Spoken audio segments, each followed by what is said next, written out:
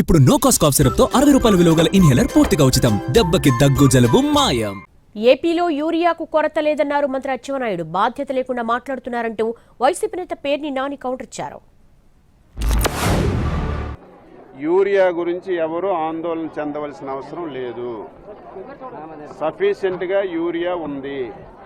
కానీ రైతులు రేపు భవిష్యత్తులో యూరియా దొరకదేమో, కేంద్ర ప్రభుత్వం అలాట్ చేయదేమో అని ఆందోళన చెంది ప్రతి రైతు యూరియా 3 సార్లు వ్యవసాయానికి ఉపయోగించాలి.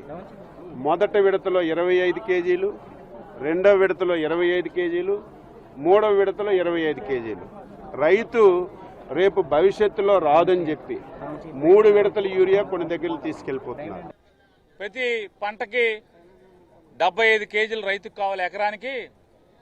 3 పంటలకు కలిపి అంటే 3 సార్లు కలిపి కొడతాకి యూరియాను దాచేసుకుంటున్నారు. 75 కేజీలు ఎకరానికి అని చెప్పని నేను అంటున్నాను ఒకటే, ఈ రాష్ట్ర వ్యవసాయ శాఖ మంత్రివి కదా, నీకు ముఖ్యమంత్రి గారికి, ఈ వ్యవసాయ శాఖ మంత్రికి ముఖ్యమంత్రి గారికి మీ బాధ్యత ఏమై సచ్చింది అని అడుగుతున్నాను.